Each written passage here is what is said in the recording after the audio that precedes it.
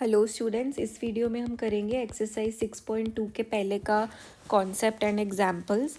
ठीक है, सो इसमें बस एक ही कॉन्सेप्ट आपको समझना है कि अगर दो लाइंस एक दूसरे के पैरेलल अगर दो लाइंस एक लाइन के पैरेलल है, लेट्स से लाइन एम भी एल लाइन के पैरेलल में है और एन भी, तो क्या एम और एन भी आपस में पैरेलल होंगे या नहीं।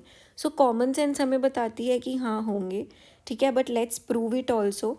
सो हमें गिवन है कि line M is parallel to line L and line N is also parallel to line L, ये हमें गिवन है।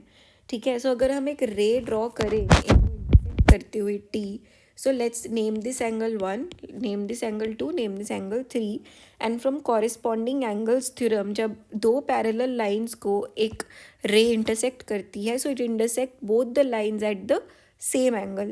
So using that we know that angle 1 is equal to angle 2 and angle 1 is equal to angle 3 because L is parallel to M and M is also parallel to N. ठीक है, so using Euclid wala theorem that if two things are equal to one another, if two things are equal to the same thing, they are equal to one another also. So if L1 is equal to L2 and L1 is equal to L3, then L2 will be equal to L3. ठीक है, so hence since those two angles are equal, we can say that line M will be parallel to line N as well. ठीक है, सो ये हमें पता चल गया। आपको बस ये चीज़ याद रखनी है, थ्योरम 6.6 क्या कहता है, lines which are parallel to the same line are parallel to each other. ठीक है ना, ठीक है, अब हम एग्जाम्पल नंबर 4 करते हैं। आपको फिगर 6.9 गिवन है जहाँ पे आपको पी क्यू गिवन है and then you are given another line RS which are both parallel to each other, PQ is parallel to RS. ठीक है, then you are given a point M और वो बोल रहा है कि angle X M Q, Q कहाँ पे आपका ये रहा, सो बोल रहा है कि angle X M Q M X Q which is important, M X Q is 135 degrees and angle M Y R, ठीक है, angle M Y R, so this is a point y, so angle M Y R is 40 degrees. ठीक है, आपको क्या ढूंढना है, आपको angle X M Y ढूंढना है, आपको एंगल एक्स एम वाई ढूंढना है, आपको ये दो एंगल्स गिवन है। ठीक है, चलो अब हम इसको कैसे ढूंढेंगे। What we will do is will create another, यहाँ पे नहीं करती हूँ मैं, उसी डायग्राम में करती हूँ। So what we'll do is we'll create a parallel line. We will create a parallel line through M which is parallel to PQ as well as parallel to RS. ठीक है, ये हमने लाइन ड्रॉ कर लिया, parallel line. ठीक है, अब हमें पता है कि AB जो हमने ड्रॉ किया है it is going to be parallel to PQ and AB is parallel to RS as well. ठीक है, because if two lines are parallel to one another, parallel to the same line they will be parallel to one another. ठीक है, अब हमें पता है कि angle Q X M plus angle X M B will be 180 degrees, ये भी हमने पढ़ा था, याद है हमने पढ़ा था कि पैरेलल लाइंस के जो इंटीरियर एंगल्स फॉर्म होते हैं उनका सम जो है 180 डिग्रीज होता है। Same side of the transversal line, interior angles on the same side of the transversal line will be summing to 180 degrees, हमने इसी चैप्टर के स्टार्ट में पढ़ा था ये। ठीक है, so we have this angle plus this angle summing up to 180 degrees. ठीक है, so angle Q X M का वैल्यू हम निकाल सकते हैं बिकॉज एक्स एम बी का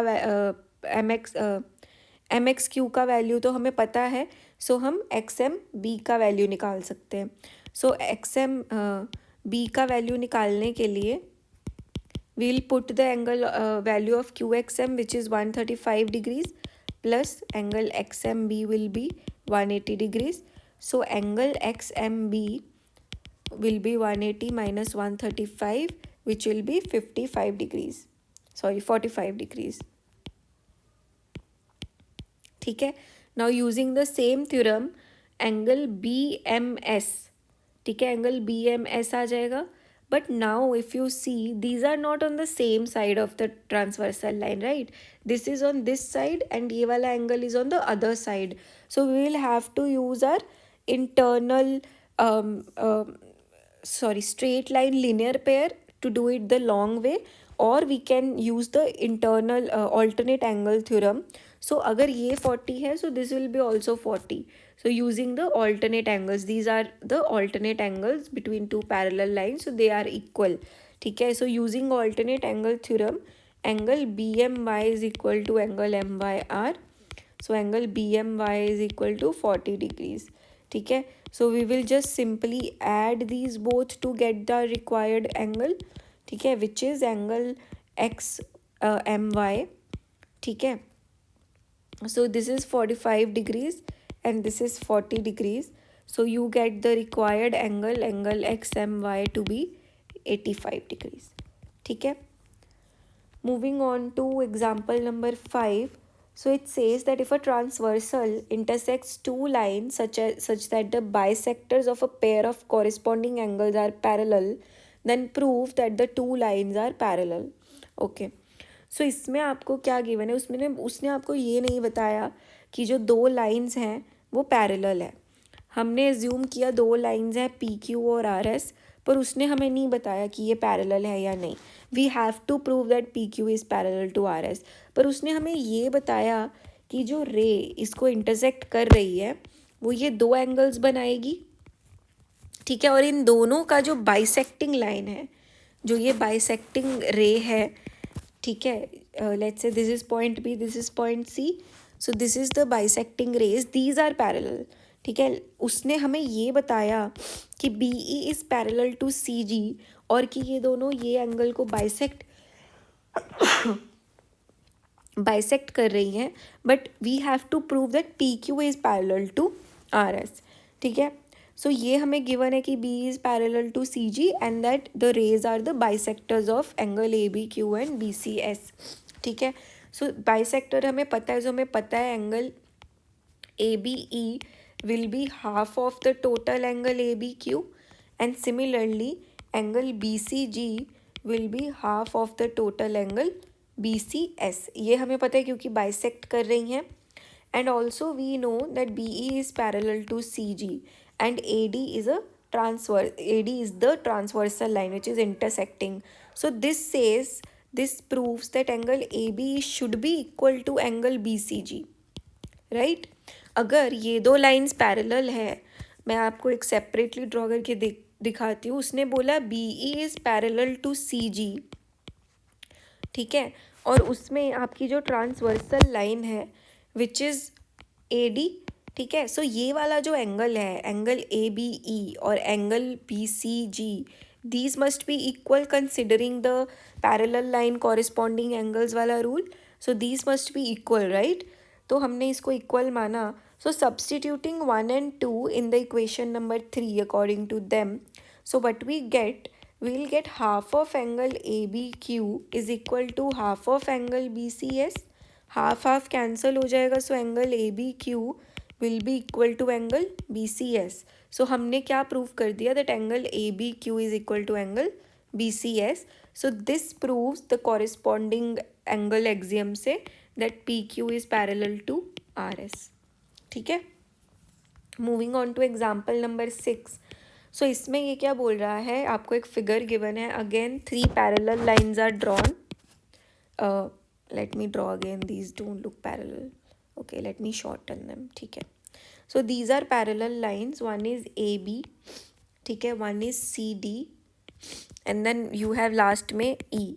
ठीक है. so this is your F.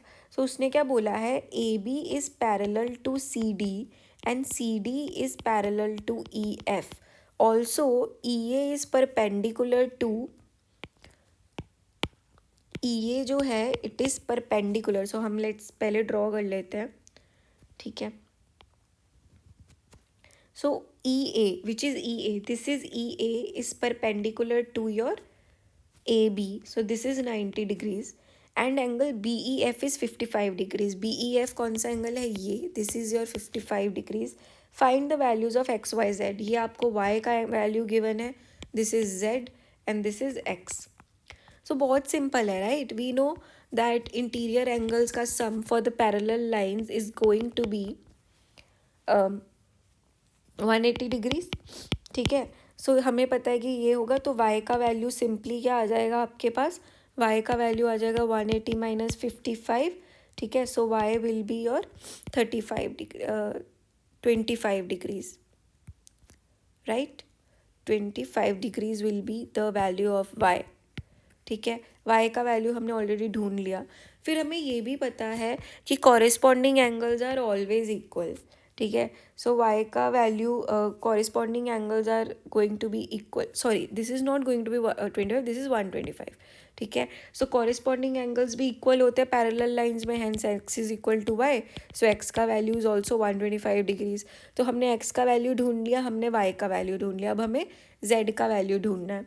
सो अगर हमें पता है कि this is 90 degrees, if this is perpendicular to this parallel line, then this must be cutting the line E F at also 90 degree, ठीक है। सो आपका z plus 55 is also going to be 90 degrees. So z का वैल्यू will be 90 minus 55, so यहाँ पे z का वैल्यू will be 35 degrees. So x and y are 125 and z is 35। ये पॉइंट आपको समझ में आया ना? If this is 90 then this is also 90 by the sum of your interior angle only, ठीक है। ये आपको समझ में आ गया तो it's great. Now will next video से will move on to the exercise 6.2।